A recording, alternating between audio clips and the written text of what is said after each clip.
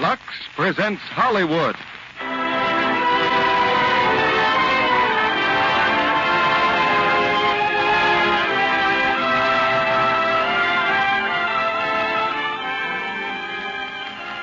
The Lux Radio Theater brings you Nelson Eddy, Susanna Foster, and Basil Rathbone in The Phantom of the Opera with Edgar Barrier.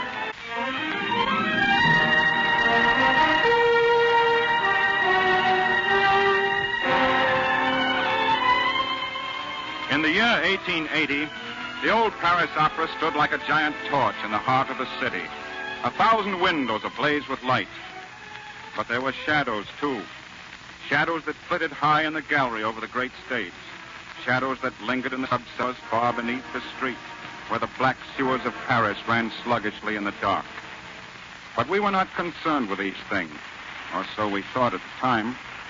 We of the opera knew only the light of the dressing rooms, the bright gaiety of the stage. I suppose it all began the night we sang Martha. The house was crowded, enthusiastic. There were no shadows for us that night.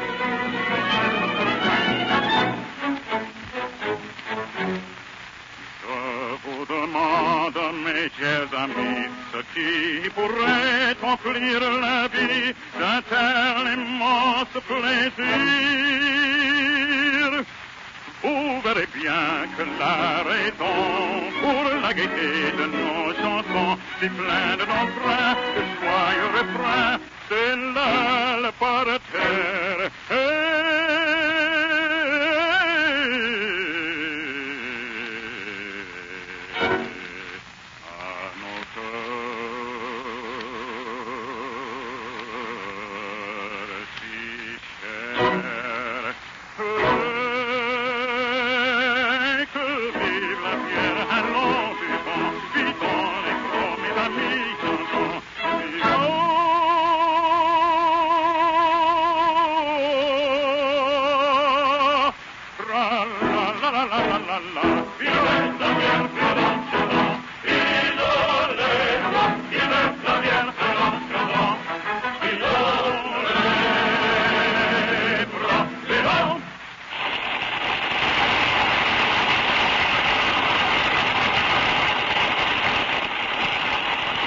No, there was no warning that night, no hint of the strange things that were about to happen.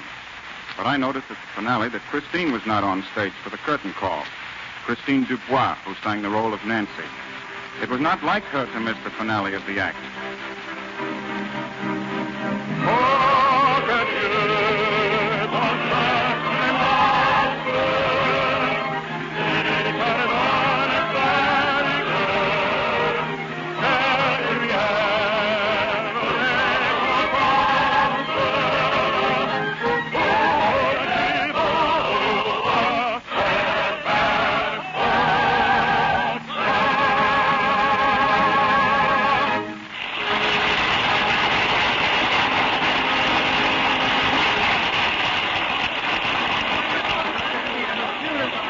Backstage, when the curtain had fallen, I saw Christine hurrying to her dressing room.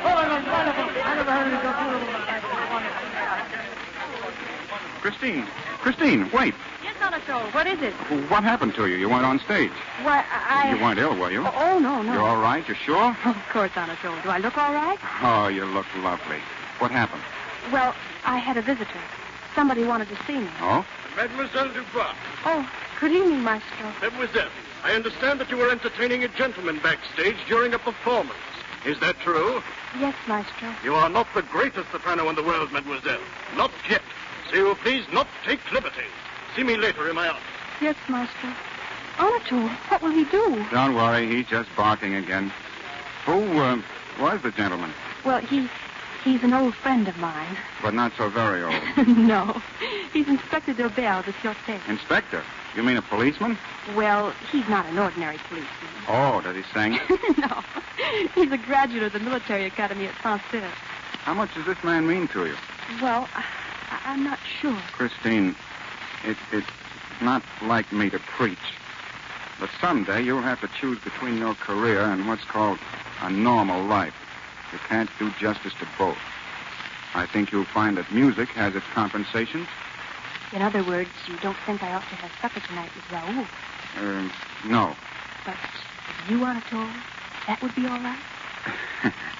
Definitely. We'll see.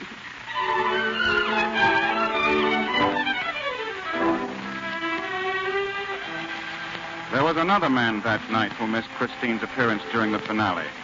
His name was Eddy Claudin, a violinist. He was a strange man, this Claudin. Quiet, almost shy, but a brilliant musician. When Christine came from Villeneuve's office, Claudin was waiting in the passage. Good evening, mademoiselle. Good evening, Claudin. Monsieur Villeneuve will see you now. Thank you, mademoiselle. Good night. Oh, mademoiselle, may I speak to you for a moment? Certainly. You weren't on the stage tonight for the curtain call. Everyone in the theater seems to have noticed that. It's really quite flattering. Why weren't you there? What? Oh, please forgive me, but I've been here so long with you that everybody, everything connected with the opera is so much a part of my life. Of course. But Monsieur Villeneuve is waiting. Yes, you weren't ill, were you? You're not in any trouble. Oh, it's impertinent of me, I know, but... No, it isn't. You're very kind. And I'm not in trouble. Good night. Christine. It's you. Oh, I'm so sorry. I shouldn't have called you Christine. I'm sorry. Good night. Good night, mademoiselle. Come in. Oh, Claudin. Yes, maestro. Close the door. You know why I sent for you, Claudin? I think so, maestro. I've brought my violin. Take it out of the case, please. Hey, Claudin, for some time now I have sensed discord in the violin section. It was not until tonight that I definitely located the source of the trouble. Let me hear you play, Claudin. Yes, maestro. What shall I play? Anything you please. Yes, maestro.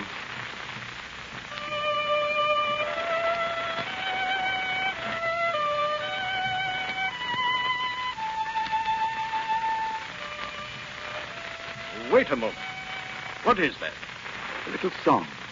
A lullaby from Provence, where I was born. Oh, it is very nice, very charming. I've written a concerto on the theme. Yes, charming, Claudin, but too simple. Suppose instead you let me hear the opening movement in the third act of Martha. Well? It's no use, maestro. Something's happened to the fingers of my left hand. I see. Perhaps it's only temporary, maestro. Perhaps it will get better. I hope so. In the meantime, I'm sorry, Claudin, very sorry. You've been with us a long time. 20 years. What am I to do, maestro? I know it's hard, but no doubt you've saved enough to retire on. Yes, of course. And in appreciation of your long service, I shall arrange with the directors to have a season ticket issued to you. Thank you, maestro.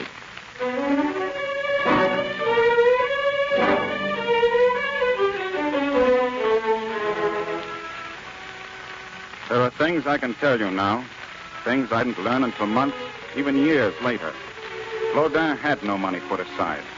He lived in a miserable garret in the Paris slums. He was cold in the winter and often hungry. What money he earned was used for just one purpose, to provide singing lessons for Christine Dubois. She knew nothing of his sacrifice for her. It was a secret known only to Claudin himself and Signor Ferretti, the singing master. My dear Claudin, if you don't mind my saying so, you're a fool. Signor Ferretti. For 3 years I've taught Christine Dubois, and you have paid. Why? How can a man of your age hope to interest a girl as young as... Signor, please. We agreed never to discuss my motives. Very well. So now you have been dismissed from the orchestra. You can no longer pay for her lessons. Is that it? Yes, Signor, but I hope that you would continue to instruct her. What? Just for a while. I'll have money soon. A concerto I will do. I've taken it to Monsieur Pleyel. It's going to be published. Yes, I know. Every violinist has written a concerto. Then you'll go on with the lessons, Signor? Why should I? Why should I assume your burden? The girl means nothing to me. But her career means a great deal to me, Signor. More than anything else. I'm sorry for that. Really sorry. I will let her come a few times. Then I will tell her she no longer needs me. But that isn't true. Perhaps not. Signor, if you will give me just a little more time. You will have time, Claudin, when you have money. Come back when Monsieur Pleyel has bought your concerto.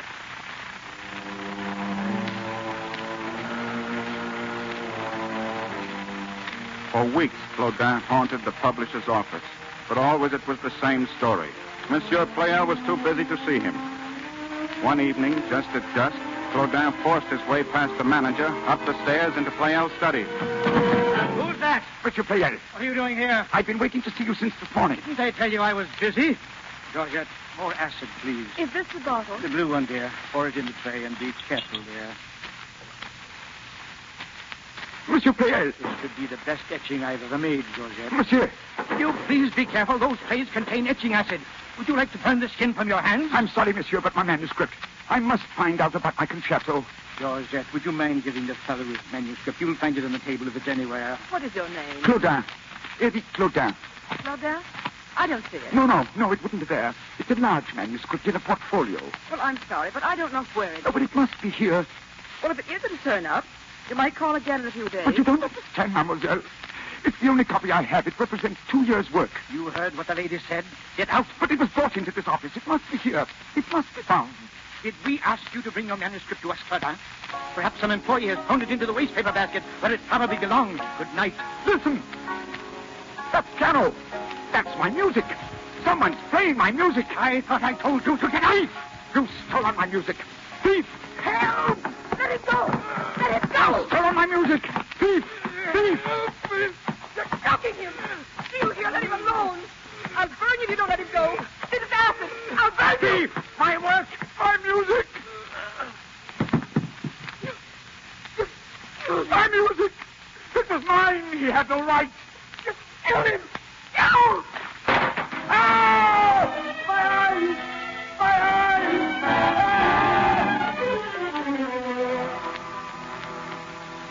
In that room, a man lay dead on the floor, and Claudin stumbled down the steps, screaming in agony, the acid burning into his face. Into the street he ran with his hands before him, groping his way blindly through the darkness. He was seen once on the Rue du Jardin and again in a dim street near the Opera. And then he was gone, lost in the black of the night.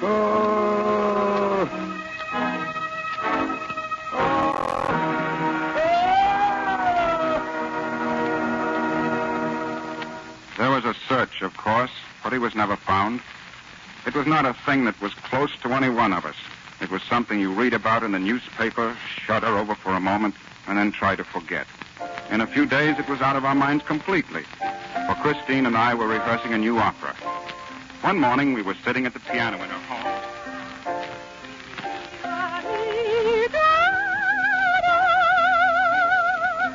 Well, that's very nice. What is it, Christine? It's a lullaby of Provence. Provence? I was born there, you know. I've known it for years, ever since I can remember. Sing it for me. Would you like? Hear those bells ringing soft and low, bringing peace through the twilight snow, calling to everyone, night has begun, and from your weary toil,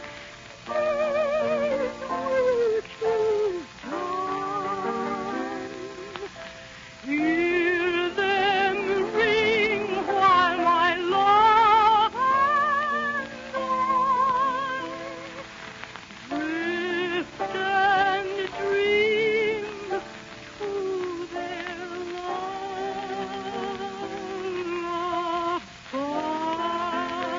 abide. Well? Oh, it's lovely, Christine. Christine! Yes, Aunt Bertha. Didn't you hear the door? Monsieur Daubert is here. Good morning, Christine. Raoul, good morning. You see, monsieur? They call this rehearsing. Rehearsing, huh? Well, I'm sorry to intrude, but I must speak to you, Christine. But you see, I'm busy right now, Raoul. Anatole has been helping me. Yes, to rehearse.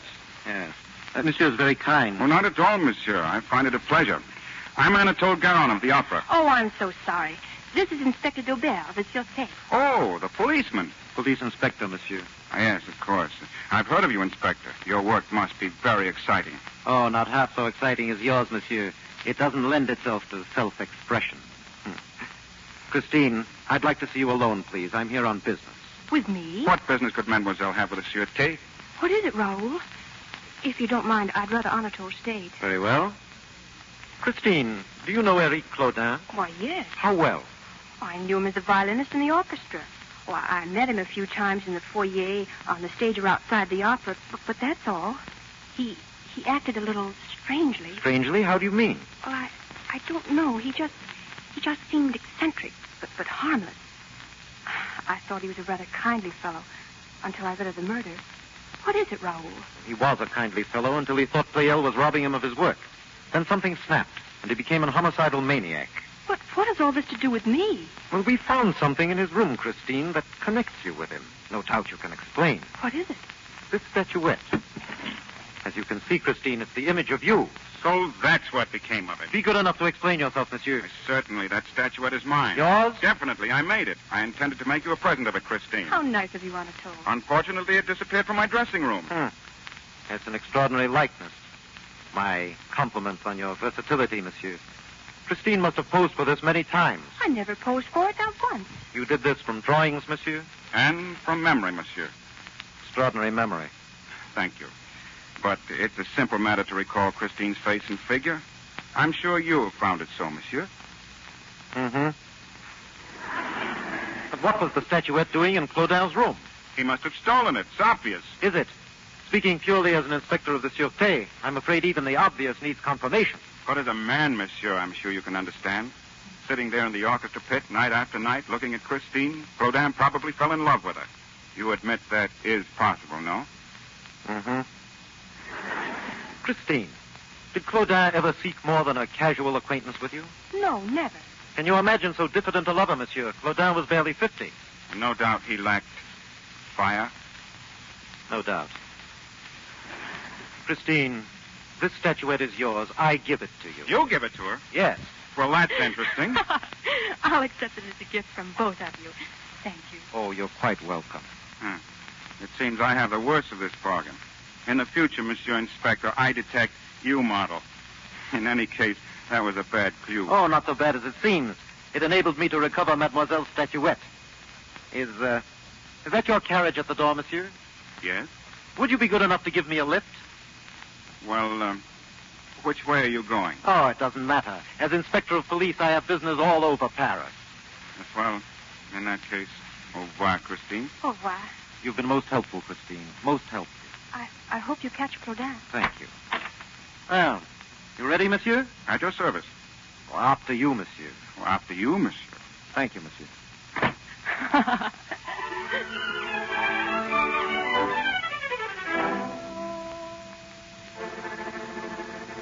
We could laugh then because the horror had not touched us. We didn't know that in the caverns of the sewer beneath the opera there was a shadow darker than the surrounding gloom. The shadow of a man in a black cloak, his face hidden behind a mask. This was the man whose features had been burned and whose mind was on fire. Before long, that shadow was to envelop all of us.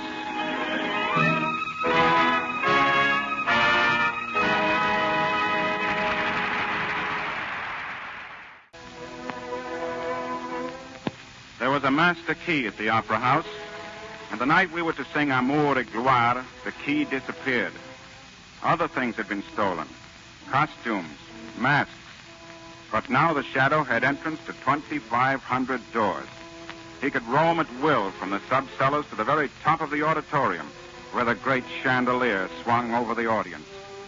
There were some who swore they had seen this shadow, flung on the walls of dim corridors, or crouching like a griffon on the high balconies over the street. And there were some who swore they had heard mutterings in the deep cellars where the sewers ran black.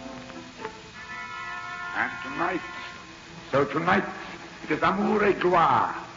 Amour et Gloire with Anatole Garon. And the soprano, Biancaroli. Biancaroli sings tonight, not Christine Dubois. Well, we shall see. We shall see.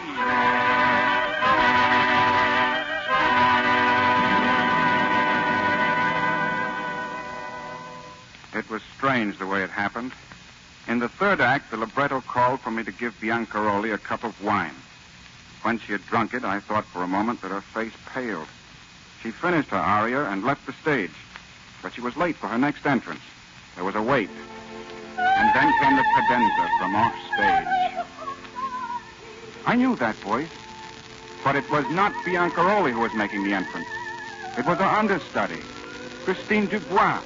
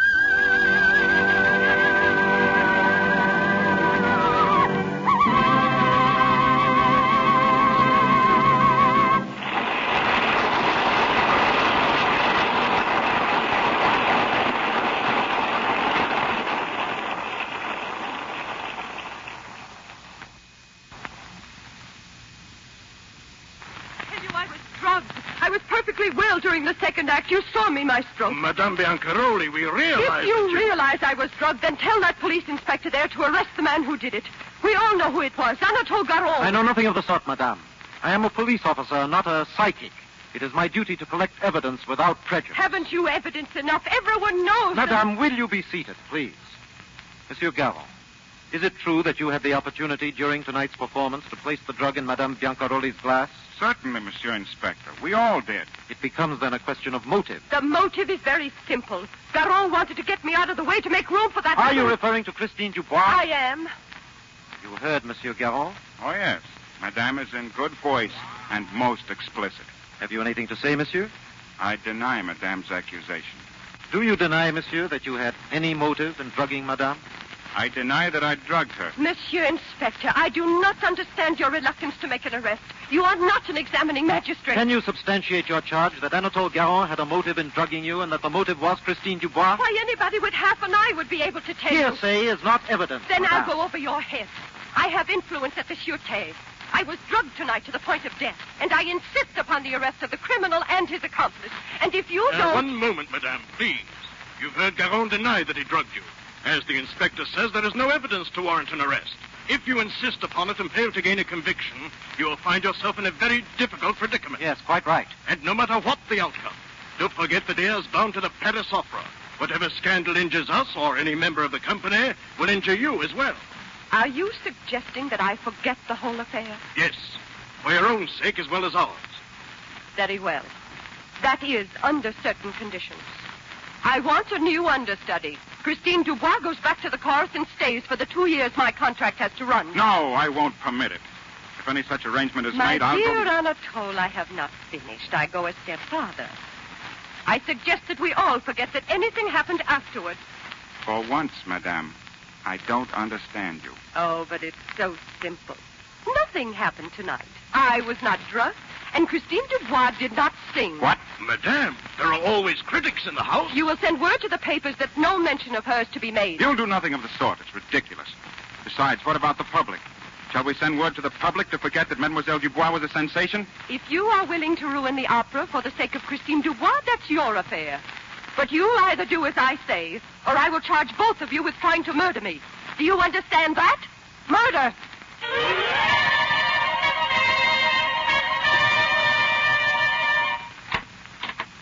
Ah, Madame Biancaroli. Good evening, Maria. Oh, Madame, you were magnificent tonight. Oh, my dress, please. You really thought so, Maria? Oh, yes, Madame. The best I've ever heard you. Especially in the part with Garon. The cadenza from off stage, it was so... Oh, you liked that, did you? Why, yes, Madame, it... Yes. Yes, I was very good tonight. My dressing gown, Maria. Yes, Madame. Ah! Maria! Madame! Madame! What's the matter with you? A man, Madame, outside the window on the balcony. Oh, don't be a fool. How could a man... Madame. Good evening. What do you want here? I'm Who are you? sorry. I cannot let you see my face. You would not be pleased. Take off that mask, Anatole Garon. You do not frighten me. Madame, it is Anatole Garon. I did not come here to frighten you unnecessarily. Only to tell you that Christine Dubois will sing tomorrow night. Oh, yes. You will leave Paris, madame. Leave Paris. You will see to it, of course. Yes, I will see to it, madame. Get back. Madame! Do you force me to reason with you, madame? I will not leave. Get away from me. I am sorry, madame. I am very sorry.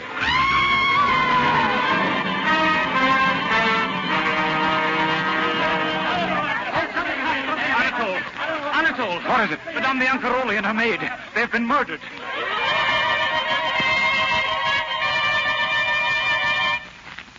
The opera was closed for almost a week. And then from somewhere within the darkened building, a note was written to the directors. Gentlemen, the opera must open very soon. Christine Dubois will replace Biancaroli, who chose to ignore my advice.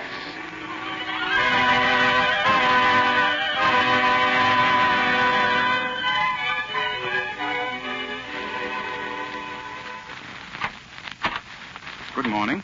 Yes? Is Christine at home? Yes? Well, may I see her, please? Come in. I'll tell her you're here. Thank you. E vieni alla finestra, oh mio tesoro. Beautiful, monsieur, beautiful. Oh, I didn't see you, Inspector. Good morning. How's the opera business, monsieur? Well, very poor at the moment. How's the inspecting? Very good. Splendid. Glad to hear it. Thank you. Not at all. Good morning. Oh, good morning, Christina. Aunt Bertha told me you were waiting to get her. Did you amuse each other? Good. May I have a Christine, word I wonder with if I...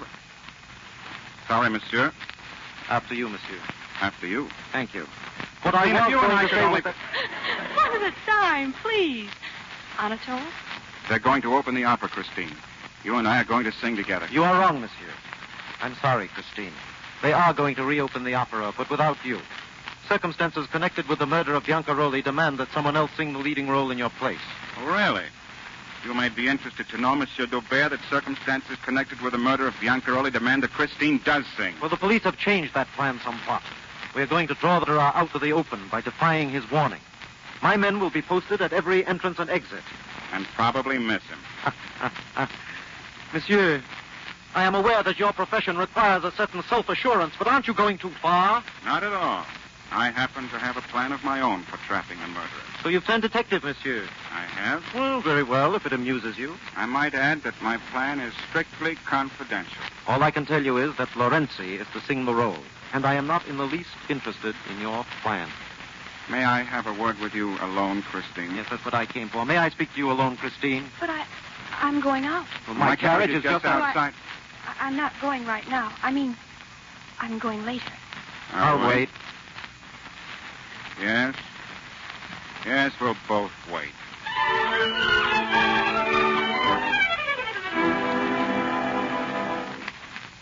We were certain now that the murderer was Eddy Claudin. The plan I had worked out took me to the home of a great pianist and composer. On the night before we were to open, I went to see Franz Liszt. Very nice. But do you really think this Claudin could be tempted to leave his hiding place and risk his life merely to hear his own concerto? Played by Franz Liszt himself. Do you doubt it, maestro? Now, my plan is for you to play the concerto between the second and third acts. And then Well, so many crimes have been committed in the name of music. It seems only fair to use it now to avert one. I am at your service, monsieur. Oh, thank you, maestro. Most exciting, this detective work. Most exciting. Well, it's more than exciting to me. I have the honor of being suspected of the crime.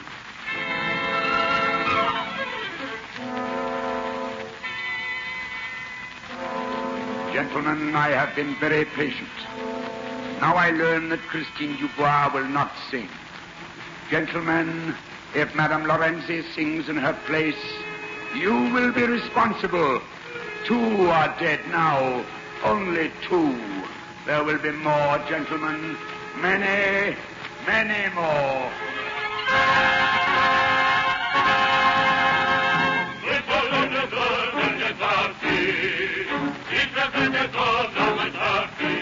Lorenzi sang that night.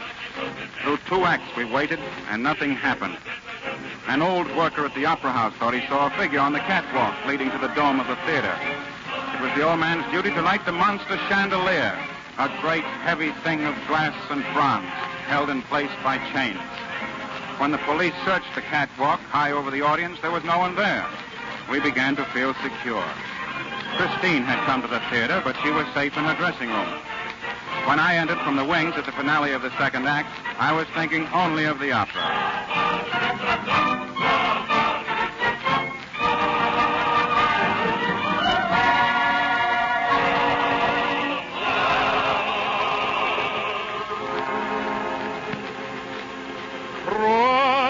Войска прискакали,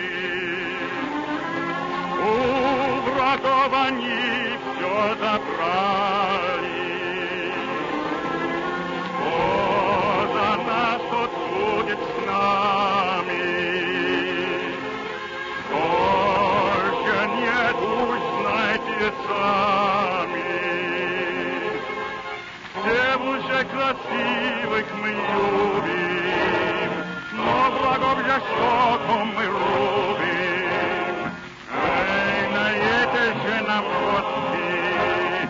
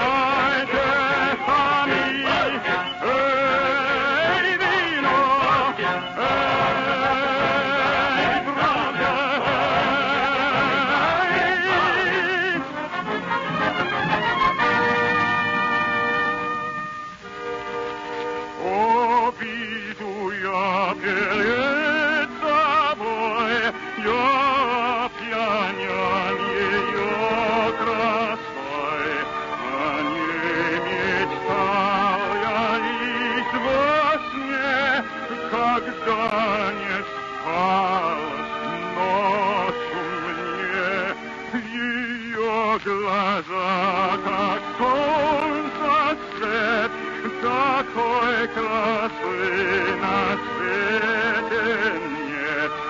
Вся жизнь моя полна тобой, одной тобой.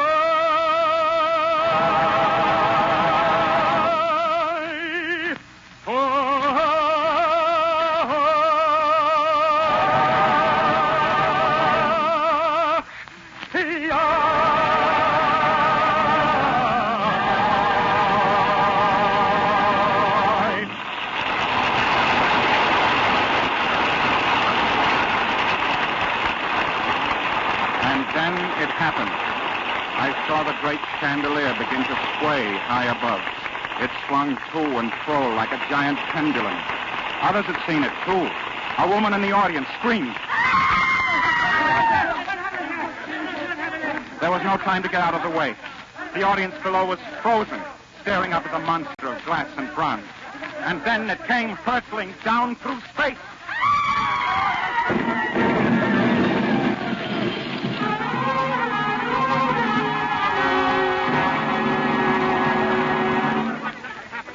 Get doctors. Doctors. Get every doctor you can find in Paris. Watch every entrance. Let no one in or out except doctors and the injured. Christine, where are you? She's in her dressing room. No, she's not in the dressing room. I've been there. I saw her, monsieur. She went down the steps. You saw Christine Dubois? Yes, monsieur. Yes, monsieur. She was going down the steps beneath the storeroom. I called to her, but she did not answer. Which way are the steps? Over there, monsieur. And there was a man with her. A man in a cloak with a mask covering his face. It's Claudin. She's with Claudin. Christine! Where are you?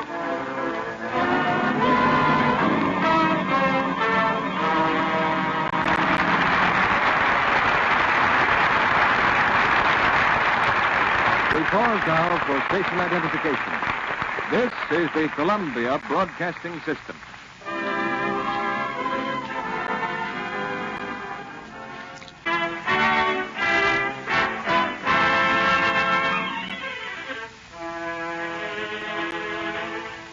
Christine had gone with Claudin. The chorus that night had worn masks, and Daubert had arranged for the police to wear masks, too, so they might mingle with the crowd backstage. That was the way Claudin had enticed her. Thinking he was one of Daubert's men who had come to protect her, Christine followed him down the steps to the cavernous cellars. This way, mademoiselle. Hold tight to my hand. The steps are quite steep. Are you one of the police? Where is Inspector Daubert? He's investigating the cause of the accident. I'll look after you. Why do we have to come down here? Why? Don't you like it down here? It's very lovely. Once you get used to it. Wait, please. Yes? Let me see your face. Take off your mask. Oh, no, my dear. I must never do that. Never. You're not one of the police. Don't be frightened. I'll watch over you. I've always watched over you, Christine. No, you must not do that. You'll stay here with me, child, won't you? It's been so lonely without you. But you've come to me at last, haven't you? Sing to me, and I'll play. We'll be together forever. It's beautiful down here. Beautiful. Come now. I'll show you. Come with me.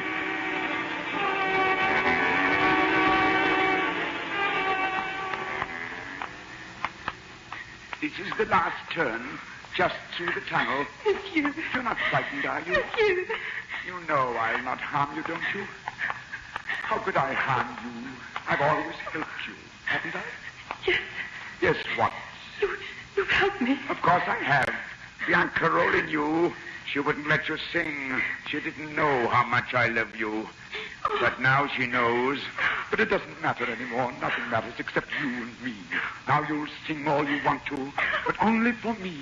You will sing and want to, won't you, my darling? There's a piano in the opera foyer. We'll go up there, monsieur. You can play it, and I'll sing for you. You don't understand.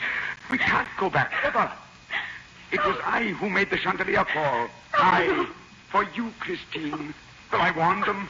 I told them to be death and destruction if they wouldn't let you sing. Oh, come. Come, my child. Isn't far now. Look there. Look. Oh. Didn't I tell you it was beautiful here? You didn't know we had a lake all to ourselves? Look at your lake, Christine. You'll love it. You'll love it when you get used to the dark. It's friendly and peaceful, brings rest and relief from pain. It's right under the opera house, and the music comes down and the darkness distills it, cleanses it of the suffering that made it. Then it's all beauty, and life here is like a resurrection. I came here when my face was on fire. I found calmness in that dark water and comfort in the blackness over it. Then I heard you sing. I thought I died and that you'd come to me. And the others sang and destroyed my heaven, so I destroyed them. You heard me from here? Oh, yes.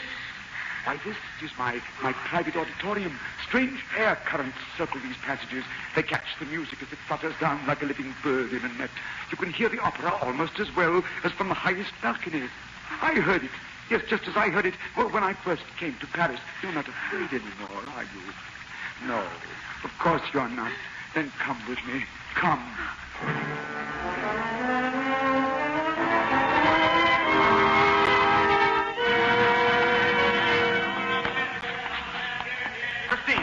Christine, where are you? Gerard, bring a lantern here. Yes, Monsieur Inspector.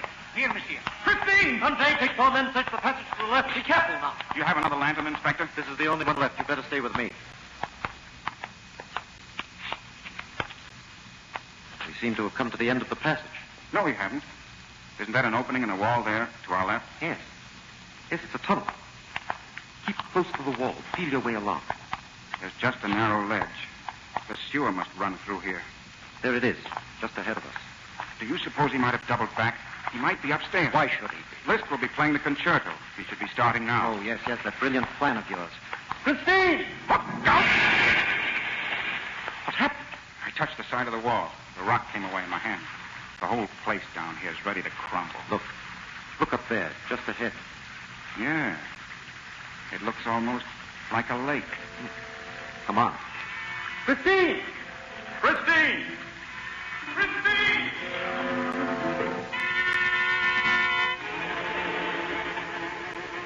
My child, this is my home. Furniture from the storeroom, even a piano. Do you like it, my dear? Monsieur, please. Come, give me your cake, my child, and then I'll show you where you will sleep. Listen. Do you hear? My concerto! They're playing my concerto on the stage of the opera! My concerto! I'll play it too, listen, child. It's for you. Yes, for you.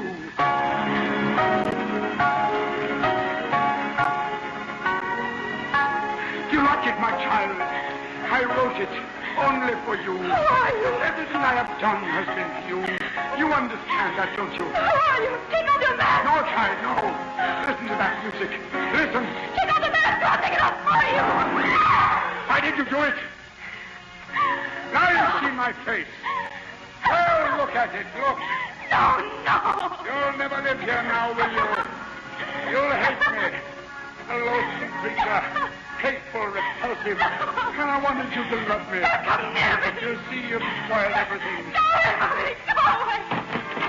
Christine, there he is. Get back, Christine. Stand back. You fools! You cannot kill me. Nothing can kill me. No! The wall! They're coming! They're going to fall! Come over here, quick! Look out! Get out in the passage, under the archway in the passage.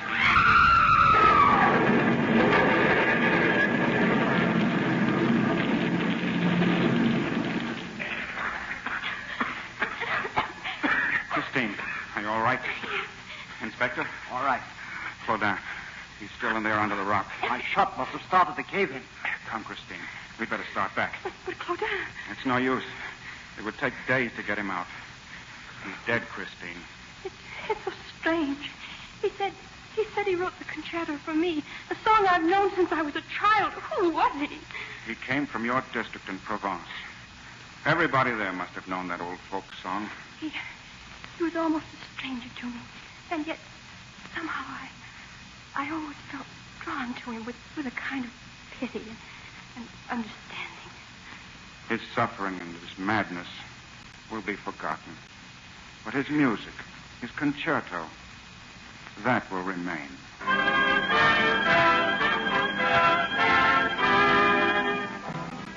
Chris Christine went on to a great career and great fame. The night we sang together for the first time, the corridor outside of a dressing room was jammed with admirers. I had to force my way to a door. Excuse me. Thank you. Anatole. Oh, you were magnificent, Christine. Incomparable, beautiful, a sensation. Is that all? I've just begun. It would take days and years to tell you how wonderful you were. We're having supper tonight at the Café de l'Opéra. Well, I'm terribly sorry, Anatole, but I can't tonight. Why not? Have you another engagement? Well, yes. With whom? With me, monsieur. Oh, that policeman? Inspector of police, monsieur. How soon will you be ready, Christine? The carriage is waiting. I know Monsieur Garon will excuse me. How do you know? I have an idea. Why can't we three have supper together? I am not in the habit of taking baritones to supper. And I don't care to be seen in public with the police. Christine, you'll have to make up your mind finally and irrevocably between the two of them. Exactly. Very well. Will you gentlemen excuse me? Of course. Thank you. Good night. What? What did she mean, good night? Well, something tells me, monsieur, that she has gone to meet her public.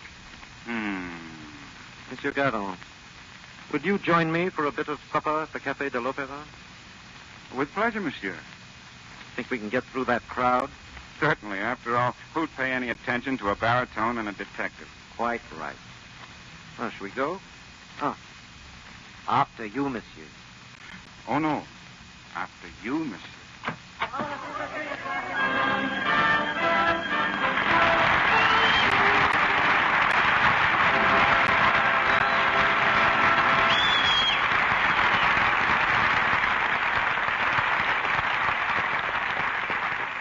A new season of the Lux Radio Theater has had a gala launching.